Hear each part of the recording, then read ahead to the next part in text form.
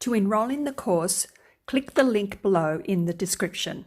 Hi, my name's Anne and welcome to Your Town Musicians, a music school to build your music skills to connect with other people.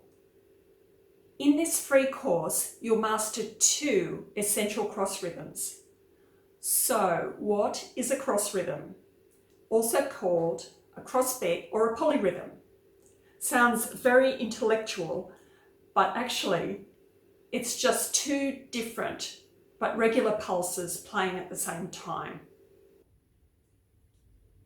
1, 2, 1, 2, 1, 2, 1, 2, 1, 2, 3, 1, 2, 3. The main thing is cross rhythms are cool. Yes, they are. They're just like musical party tricks.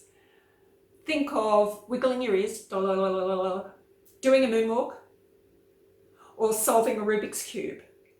Well, I can't do any of those, but I know you'll be able to master these cross rhythms. This course is for anyone that's an absolute beginner. But if you've secretly struggled with cross rhythms, this course is for you too. The main thing is I go slowly, and at the end you can challenge yourself to get faster and faster. I'll show you how. So if you're ready to get some really useful music skills, enroll now.